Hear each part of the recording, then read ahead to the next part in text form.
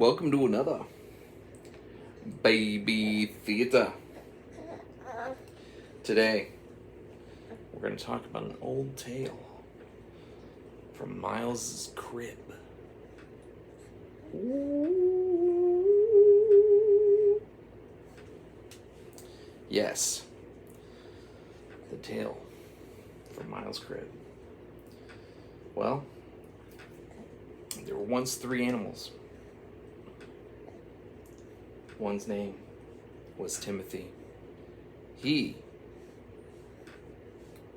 was some kind of raccoon kind of creature, maybe a fox or something like that. But he could only move side to side in the grass. All I really know is he does have some pretty cute ears. He's pretty fluffy. He's got a pretty cool tail. And really, most little cute animals realistically fit that description. So, his name was Timothy. Now, he had a friend, and he was a bear. And he jumped up and down in a lake. Every day. Woo-hoo, woo-hoo, woo-hoo. Up and down, up and down. His name was Tomothy. And they weren't even brothers. They weren't even brothers. That's just their names.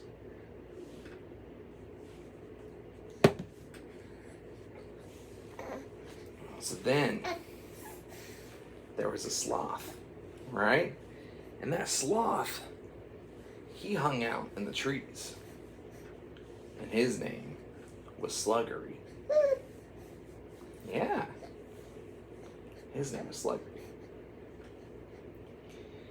And they all hung out together. And Sluggery, he just swung around. He could swing, swing, swing. Swing, swing, swing. Right? Yeah. Yeah. And one day, there was actually a crazy little chipmunk that came in, right? He was jumping around, going ham. He was doing some crazy stuff. What ended up happening is, Timothy and Tomothy and Sluggery, well, they didn't really like that, They thought that maybe they needed to get in there and, show them how it was done. And Timothy said, "Look, little squirrel, you can't be just jumping around, running around, diving around. You gotta go left, right, right? Yeah. Now, he would talk to Tomothy, and Tomothy said, guess what? You should jump up and down, up and down. Now, Sluggery was the smart one. He said, you really need to just be you, squirrel. And the squirrel said, thank you for all the advice, furry creatures. But I didn't come here for advice. I came here to wreck everyone.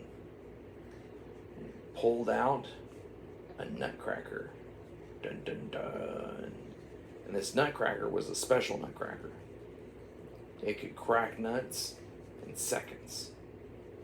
And it cracked about 3,382 nuts in a row. Quick succession. Then he got out his little bitty launcher. And he said, put your hands up. I want all the nuts. And Timothy said, well, I can only get you the nuts from side to side, I can't get your nuts from out there in the trees.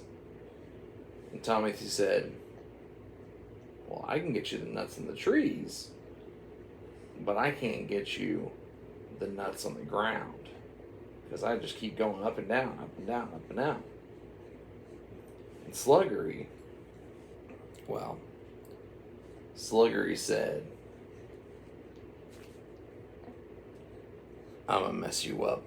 And that sloth, he was super, super slow at first. He was like, but as soon as that squirrel tried to like mess him up, he was like, action time. And Sluggery jumped down from the trees, started jumping after him, slashed him down with his big claws. Like, Timothy and Tomothy, they'd never seen anything like that before, you know? I mean, all they do is go left and right, up, down, up, down. Now, here's the strange part.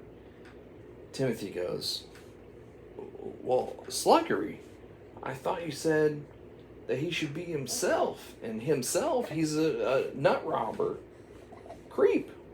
And that's who he was, you know? Why'd you take him out? Why'd you kill him for that? And Sluggery slowly turned and he said, just because you're you doesn't mean you can't get messed up because you're you. But Sluggery's biggest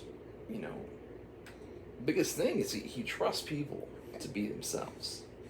You know, Sluggery's like, if you trust people to be themselves, then you'll know the expectations from people, right? Now the squirrel, he knew that the squirrel would be himself, and he probably knew that the squirrel was gonna try to mess them up and try to get the nuts. But he also knew that if deep in the squirrel's heart he could change, then he would. And he didn't expect it. He didn't expect it. But he said, you know what? You might as well speak to who you are rather than change who you are. See, if you can speak to it, it makes a lot of sense. But the biggest thing that the squirrel did that was a mess up was he was disrespectful, you know? He lacked that respect. And the truth is, you know, Tomothy, they gave them their advice, you know, and Sluggery gave him his advice. And the thing about it is, you know, everybody, you can take advice all day, but realistically, if you get advice, you don't have to take it, you know? It's just advice. It's just advice. Mm-hmm. So, sometimes it's good advice.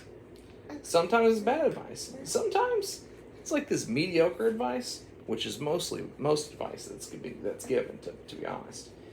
It's kind of like if I were to say, well, you probably should, you know, be pretty happy in life, right? That doesn't really address any of the issues that are in life. You know what I'm saying? Let's see how we're at. Okay, got plenty.